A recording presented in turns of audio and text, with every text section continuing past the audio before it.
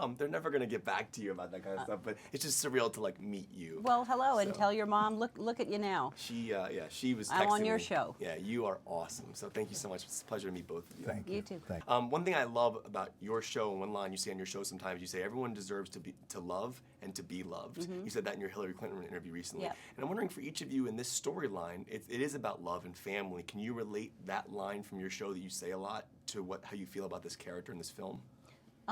Yeah, I mean, I think that Dory, you know, all of a sudden it dawns on her in this particular film is like, you know, where do I come from? Before it was all about finding Nemo and it was about helping other people and just, you know, whatever I can do. And all of a sudden it's a personal journey of like, where is my home and where do I come from and why did I end up here? And so I think that, you know, and everyone has that sense of belonging and everyone has that, whatever that is. It doesn't mean it's blood relatives, it just is a sense of home. So I feel that. I think everyone wants to belong. The characters that were with the baby in that one scene, and I think that scene's incredible. And my hope is that it actually is a same-sex couple. That's my hope. And I'm wondering. I talked to Andrew Stanton was talking about this the other day, and he said that it's up to the audience to decide what they want that scene to be.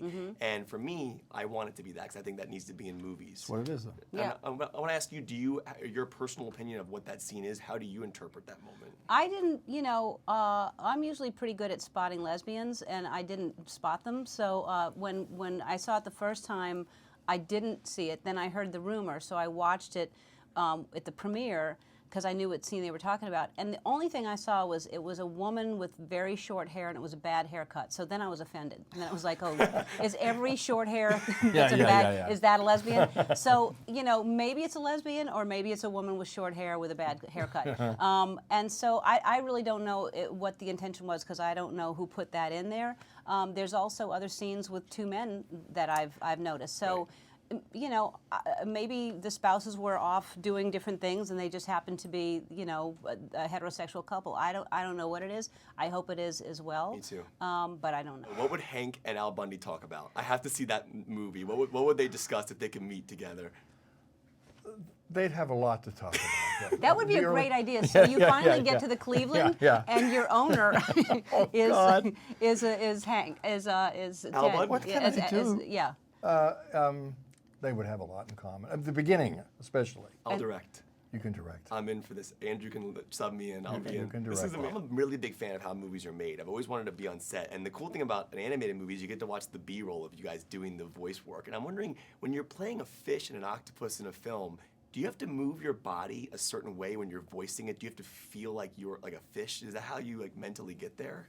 No, you don't watch B-roll when you're doing it. You're literally just, if it's far enough in, like a year or two in, they show you some stuff that's sort of halfway done.